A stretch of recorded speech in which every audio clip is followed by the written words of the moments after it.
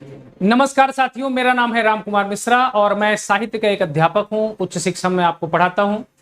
तो एक सामाजिक मुद्दा आपके सामने है और ये ज्योति और आलोक का मुद्दा है, जिसमें लोग रील बना रहे हैं, बहुत सारी वीडियो बना रहे हैं। मुझे लगा मुझे भी इस पर वीडियो बनानी चाहिए। मैं व्यूज के लिए नहीं बना रहा हूं और मेरी प्रतिक्रिया सुनने के बाद ही आप अपनी प्रतिक्रिया देना। वीडियो को पूरा जरूर सुनना।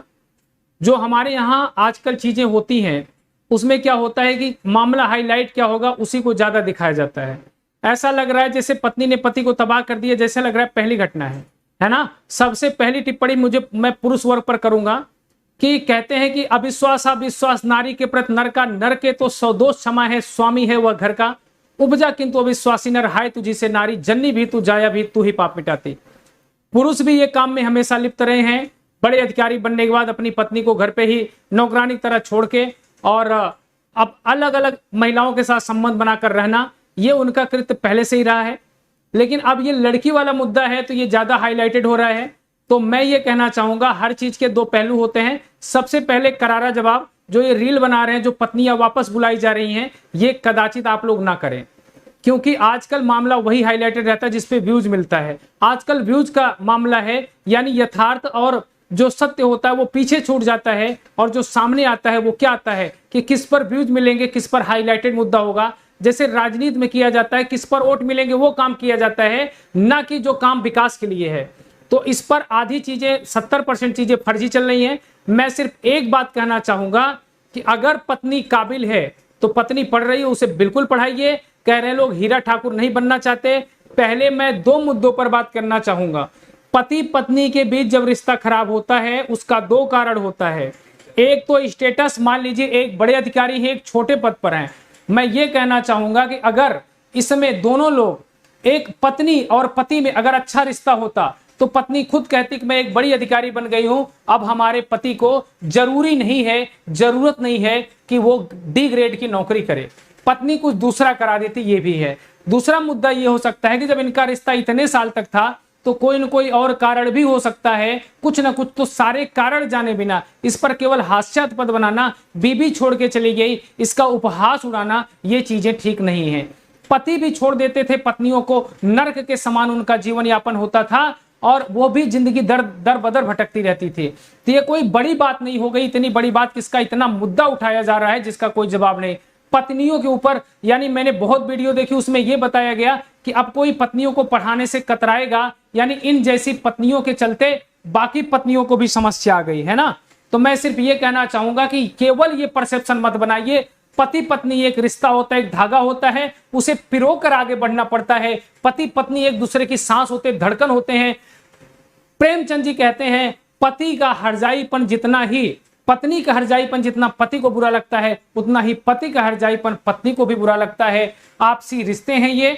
इस एक परसेप्शन को लेके सारा परसेप्शन मानना ये ठीक नहीं है। आगे आने वाली लड़कियों को या बहुओं को आगे न पढ़ाने देना इस एक घटना से ये सरासर गलत है, क्योंकि कम उम्र में उनकी शादी हो जाना, उनके बचपन का भी गला घोट देना और केवल चूल्हे चौके तक सीमित करना, ये कहीं ना कहीं बिल्कुल वो न्याय नहीं है। अगर कोई लड़की गृहस्थ में रह सकती है, गृहस्थ में रहकर अच्छा कार्य करे।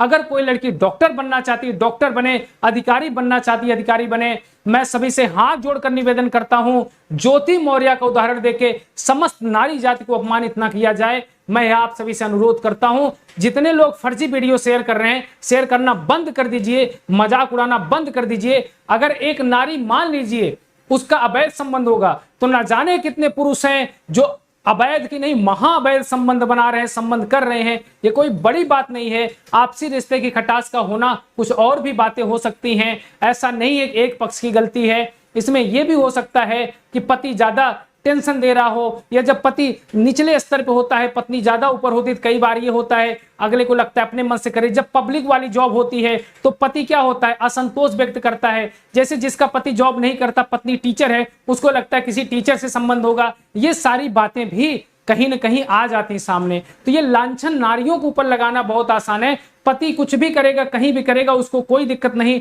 वही अगर नारी किसी से बात कर लेगी, उसके चरित्र पर दाग लग जाता है। ये चरित्र पर दाग लगाना हटा दीजिए। मैं ये नहीं कहता इसमें कौन दोषी है, है ना। मैं ये नहीं कहता ज्योति दोषी है कि नहीं, मैं ये नहीं कहता कि इसकी कोई गलती आलोक की है कि नहीं, लेकिन केवल एक नजरिया देखना, पत्नी ने ये कर दिया, पत्नी ने ये कर दिया, इस पर रील बनाना, इस पर मजाक उड़ाना प्लीज बंद कर दीजिए। ये गलत है और ऐसा करना भी गलत है, उन नारियों के लिए गलत है जो अपने हर जगह अपनी जिम्मेदारियों के गले घोट कर, अपनी जिम्मेदारियों में अपना गला घोट कर और तब जाके मानव जीवन का उत्थान करती हैं। नारी तुम श्रद्धा हो पीयूष रजत नग पगतल में, नारी तुम श्रद्धा हो विश्वास रजत नग पगतल में, पीयूष स्रोत सी बहा करो तुम जीवन के सुंदर समतल में। अगर आपने मनु श्रद्धा का देखा होगा तो भी आप जानते हैं एक घटना को इतना तूल देना ठीक नहीं है। पत्नी ने छोड़ा है, इसका मतलब केवल स्टेटस नहीं, कुछ न कुछ और कारण भी हो सकता है, इसको हम नकार नहीं सकते।